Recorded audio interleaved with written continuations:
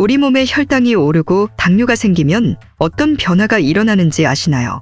혈관 안에 염증이 생기고 상처가 나며 결국 혈관이 막히게 됩니다.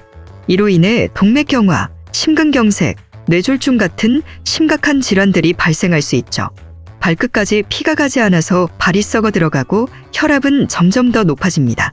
결국 평생 혈압약과 인슐린 주사를 맞아야 하고 신장에도 문제가 생겨 매일 하루에 4시간씩 투석을 받아야 할 수도 있습니다. 이런 최악의 상황들을 예방할 수 있는 방법은 바로 안정적인 혈당 수치를 꾸준하게 유지하는 것 말고는 없는데요.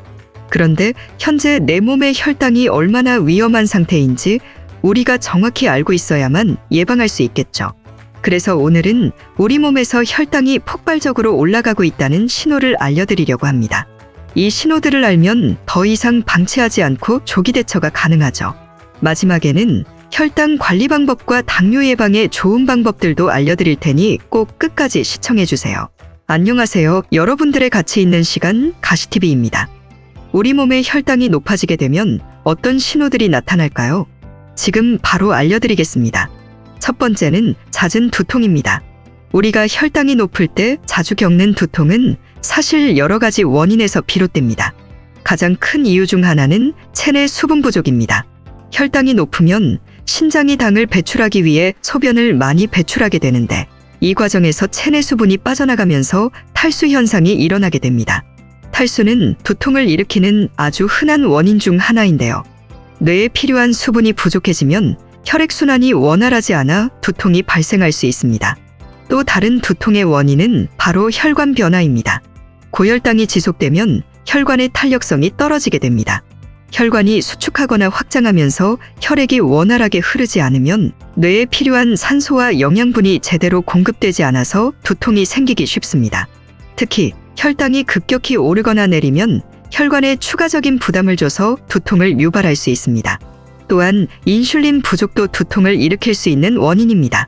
인슐린 분비가 제대로 이루어지지 않거나 인슐린이 효과적으로 작용하지 않아 혈당이 상승합니다. 이렇게 혈당이 높아지면 뇌가 필요한 에너지를 제대로 공급받지 못해 두통을 느끼게 되는 거죠. 그리고 혈당이 불안정한 상태일 때 두통이 발생하는 경우가 많습니다. 혈당이 급격히 오르거나 내리면 몸은 에너지를 바로 사용하지 못하기 때문에 두통이 생길 수 있습니다. 급격한 혈당 변화가 뇌에 영향을 미쳐서 두통을 유발하게 되는 거죠. 마지막으로 뇌의 에너지 공급 부족도 중요한 원인 중 하나입니다. 고혈당 상태에서는 뇌세포가 제대로 된 에너지를 얻지 못하게 되는데 이것이 두통으로 이어질 수 있습니다. 이처럼 고혈당은 다양한 방식으로 두통을 유발할 수 있습니다.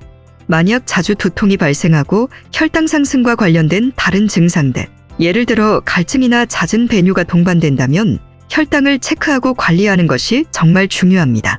혈당 조절을 잘하지 않으면 두통은 물론 더 심각한 건강 문제로 이어질 수 있기 때문에 꼭 주의해야 합니다. 두 번째는 건조하고 가려워지는 피부입니다. 고혈당 상태가 지속되면 몸에 다양한 영향을 미치게 되는데 특히 피부에 나타나는 증상들은 혈당이 높을 때의 대표적인 신호 중 하나입니다. 고혈당 상태가 되면 체내 수분이 빠져나가게 되고 결국 체내 수분이 부족해지면서 탈수 증상이 나타납니다. 피부는 체내 수분을 유지하는 데 중요한 역할을 하는데 수분 부족은 피부를 건조하고 푸석하게 만듭니다. 피부가 건조하면 가려움증도 함께 생길 수 있습니다. 왜냐하면 피부가 건조하면 그 표면에 있는 수분이 부족해지면서 피부가 자극을 받기 쉽기 때문입니다. 또 다른 중요한 원인은 혈액순환 문제입니다. 고혈당이 지속되면 혈관에 염증이 생기고 혈관벽에 당분이 쌓이면서 혈류가 원활하지 않게 됩니다.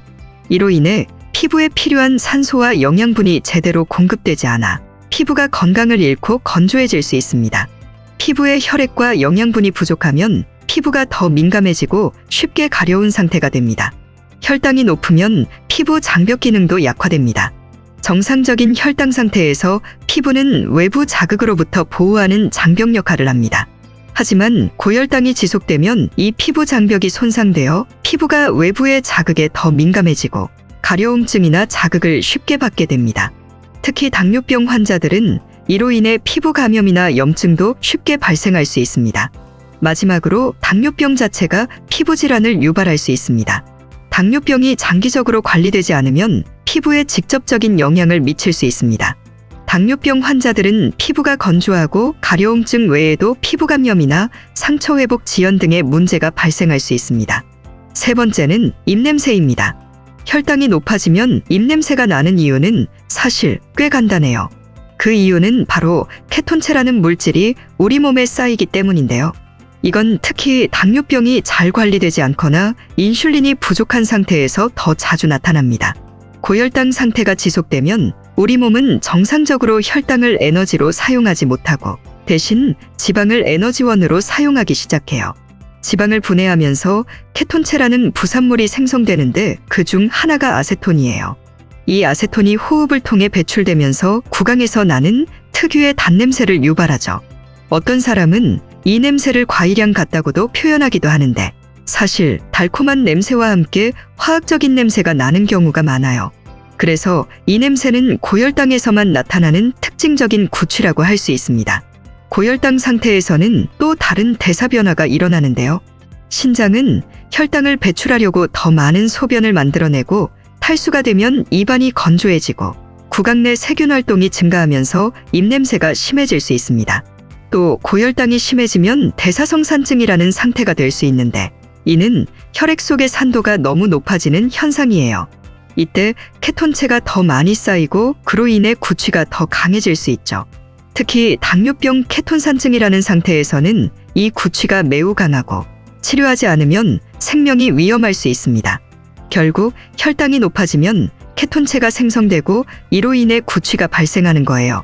그래서 구취가 나면 혈당 관리가 제대로 되고 있지 않다는 신호일 수 있기 때문에 병원에 가서 검사를 받아보는 게 좋습니다. 네 번째는 심한 무기력감과 피로감입니다. 혈당이 높을 때 피로감과 에너지 부족을 느끼는 이유는 사실 우리 몸의 에너지 공급 방식과 관련이 있어요. 정상적으로 우리가 음식을 먹으면 그 음식에 포함된 탄수화물이 소화돼서 포도당으로 변하게 돼요. 그 포도당은 몸에서 에너지원으로 사용되죠. 그런데 혈당이 높다는 것은 인슐린이 제대로 작용하지 않거나 부족해서 세포가 제대로 포도당을 흡수하지 못하는 상태라는 거예요. 그래서 혈액 속에는 포도당이 넘쳐나는데 실제로는 세포가 그것을 사용할 수 없게 되는 거죠. 이렇게 되면 세포는 필요한 에너지를 얻지 못해서 피로를 느끼게 돼요.